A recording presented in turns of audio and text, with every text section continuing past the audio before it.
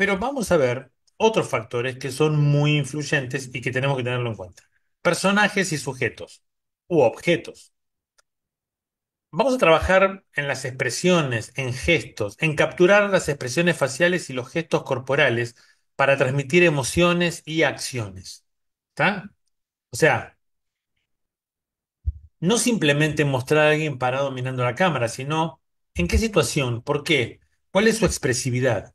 La relación entre sujetos, la forma en que los personajes interactúan entre sí, puede contar una historia sobre sus relaciones y conflictos.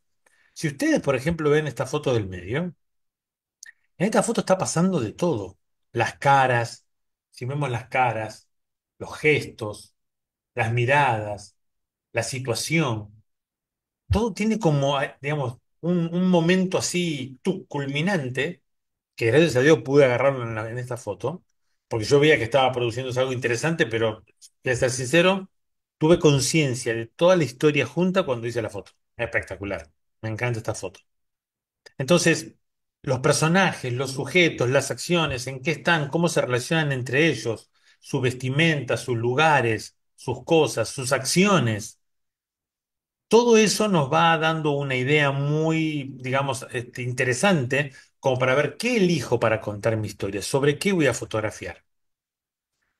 ¿Qué otro tema tenemos que tener en cuenta? Estamos hablando de figura, entonces tenemos que hablar de fondo, la relación figura-fondo. Contexto y escenario. Elige escenarios que complementan y refuerzan la historia que queremos contar. Este es un punto clave. Elegir los escenarios que complementan y refuerzan la historia, el fondo, los elementos que hay alrededor. Los pequeños detalles en el entorno pueden añadir capas adicionales de significado a la narrativa.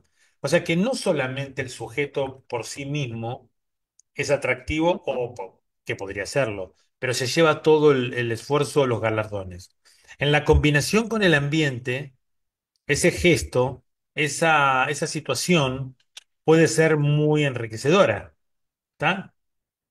O sea, esa mirada o ese gesto o esa pose o esa expresión en un ambiente determinado nos va a dar una idea diferente a que si estuviera solamente mirando la cámara contra un fondo blanco. Entonces, ¿contra qué ponemos esos elementos, esas cosas, esos atractivos que pensamos que nos permiten contar una historia y contar una historia de forma atractiva? Por otro lado, tenemos secuencia y continuidad. Secuencia de imágenes. En una serie de fotos o un video, se organizan las imágenes de manera que guíen al espectador a través de la historia de una manera lógica y emocionalmente resonante. ¿Estamos?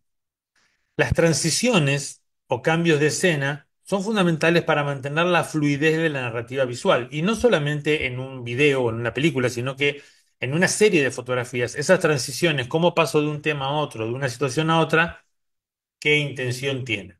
Entonces, ojo, las secuencias de imágenes no siempre son un reportaje fotográfico o un ensayo fotográfico, ¿eh? Lo que estamos viendo acá, por ejemplo, es una secuencia que yo hice en el mercado. Ahora, si vamos a contar algo que tiene que ver más con reportaje, podemos ver, por ejemplo, cómo es el tema de una fundición. ¿Ah? Cómo trabaja, qué cosas pasan, cuál es el principio, cómo continúa, qué pasa después en ese mismo proceso. Entonces, ahí sí estamos manteniendo una historia, estamos contando una historia con varias fotografías a través de distintas imágenes que son las que de alguna manera le aportan un sentido a toda la historia que contamos. ¿Tá? A través de esa secuencia fotográfica, de esas transiciones o ese enlazamiento que hacemos entre las fotos, estamos contando nuestra historia. Ahora, indefectiblemente para todo esto tenés que tener un conocimiento que te permita saber cómo manejar los recursos con los que contamos, los equipos, cámaras, flashes, lo que sea, para poder generar eso. Acá la cuestión pasa porque tengas una muy buena idea, una historia para contar. Estamos viendo qué cosas tener en cuenta para contar esa historia. La composición, la iluminación, pero estamos viendo los personajes, la relación entre ellos, qué tengo que ver con eso, el contexto, el fondo. Si voy a trabajar en una secuencia fotográfica, o sea, en muchas fotos o solamente en una. Estas son todas cosas como para ir empezando a tener en cuenta que con el tiempo se va haciendo automática, pero necesitas un fundamento, necesitas una base que te lo da el conocimiento.